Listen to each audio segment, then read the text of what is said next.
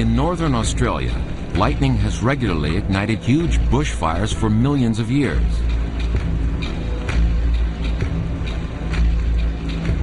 They clear the ground to allow new growth, a process of natural regeneration.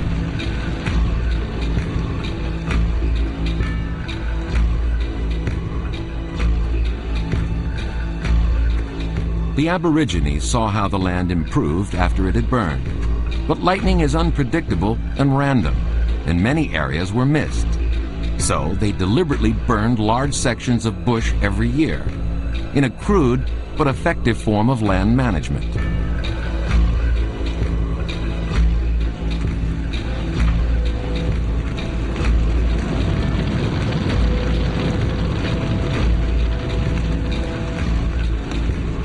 The bush regenerated, and the land filled with new life.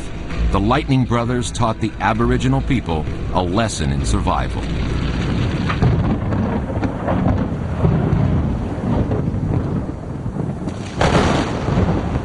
But as well as giving life, lightning can destroy it.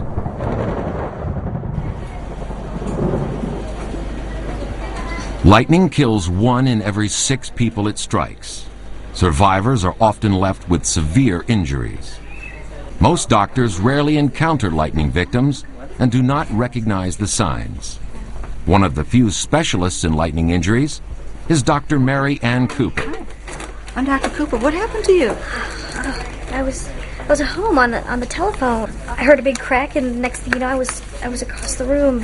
And I'm complaining of some pain in my shoulder. Just the one shoulder? Yeah, just the shoulder, and my ear kind of hurts a little bit. I just don't feel quite right. Lightning, while you think about it as being tremendous energy, garden variety lightning is probably around 10 to 30 million volts and 10 to 30 to 50,000 amps. The vast majority of that really doesn't go through the person. Did you get thrown out of the chair? Yeah. Just kind of out of the chair and onto the floor. To the best of our knowledge, what happens when lightning strikes a person is it comes down through the air, sees the person as a different kind of resistor, different kind of object, goes through that person for a split second, and then flashes over the outside, almost explodes over the outside. So the vast majority of the energy really probably goes around the outside of the person rather than through them. No belly pain. And other than the numbness and tingling, you don't really feel much other than in the legs? I just don't feel like 100% right, but yeah, it's just kind of tingling. They don't really hurt or burn.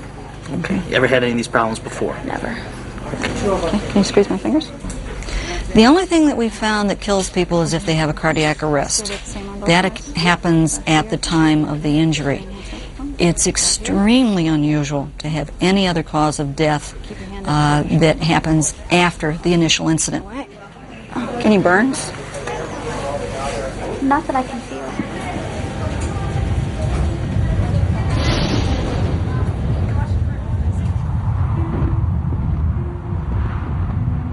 Yet despite the danger, people are still fascinated by lightning's beauty and power.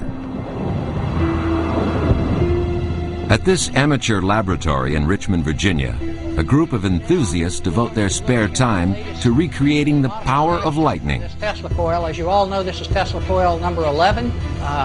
They build Tesla coils, strange electrical devices which generate huge continuous electrical charges. We'll be ready to fire this system.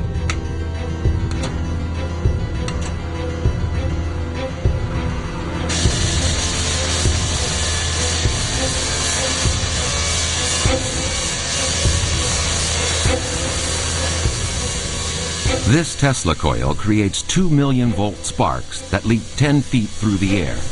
The result of their efforts is an impressive reminder of the raw power of electricity.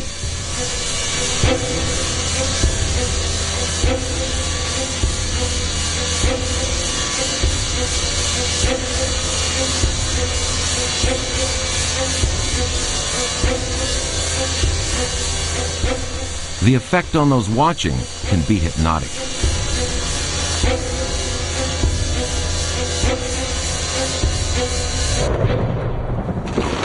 But our efforts to copy nature are really weak. No man-made machine can generate even a fraction of the energy discharged in a single lightning bolt. 90% of all lightning never touches the ground. It occurs inside the thundercloud, or jumps from cloud to cloud. A single bolt can illuminate an entire cloud from the inside. We call this sheet lightning.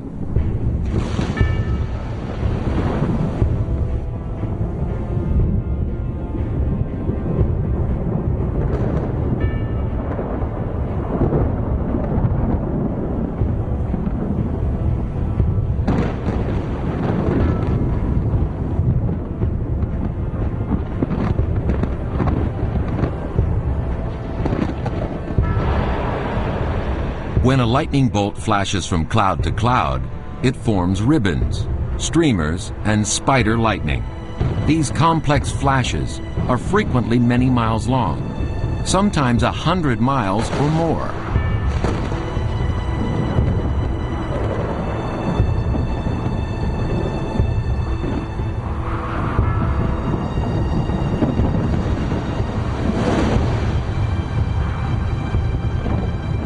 But the most dangerous lightning bolts go from cloud to ground. They rip through the air at a third the speed of light, carrying tens, even hundreds of thousands of amps at several million volts. Each bolt instantly heats the surrounding air to an incredible 50,000 degrees Fahrenheit, 5 times the temperature of the sun's surface. This explosive heat produces a massive, deafening shockwave, thunder.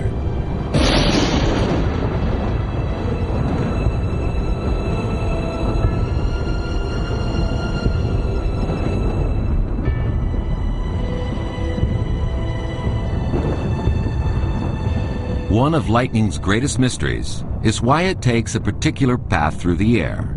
Only now is science beginning to understand this. It begins in the negatively charged region in the base of the cloud. Here, thin, barely luminous electric feelers, called stepped leaders, zigzag through the cloud. In a millionth of a second, each feeler leaps about 50 yards, pauses, then leaps again, branching and forking through the cloud. Occasionally, a leader leaves the cloud and jumps towards Earth. About 100 yards above the ground, its intense negative charge begins to affect the land immediately below. Positive electrical charge collects in pointed objects, blades of grass, pine needles, tree branches, and metal poles. They emit upward streamers towards the descending stepped leader. If they make contact, the cloud is suddenly wired to the ground.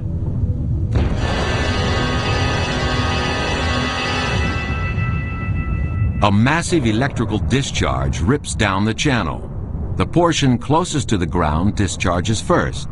So as the current pours down the channel from higher and higher regions, the visible bolt of lightning shoots upward at close to the speed of light. But that's not usually the end of a lightning bolt. If the cloud still has excess negative charge, a new leader may fly down the same path, creating another stroke. More leaders may follow, usually about 3 or 4, but there can be as many as 30 or 40. To the human eye, a lightning bolt appears to flicker. This video footage contains a rare example of an upward streamer caught on camera. At normal speed, this appears to be just another lightning bolt striking close by. But watching the footage frame by frame, just before the main lightning bolt, a snake-like streamer is clearly visible, shooting upwards from the ground. The lightning actually hit some distance away, because the streamer did not make contact. If it had, the cameraman would have been in extreme danger. Yet there have always been people prepared to tempt fate by putting themselves in the path of a lightning bolt.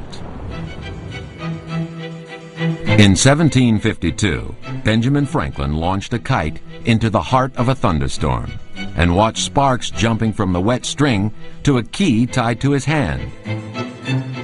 It was the beginning of lightning science. Many of Franklin's inventions are still with us today. Okay, we're going to talk about Franklin's bells.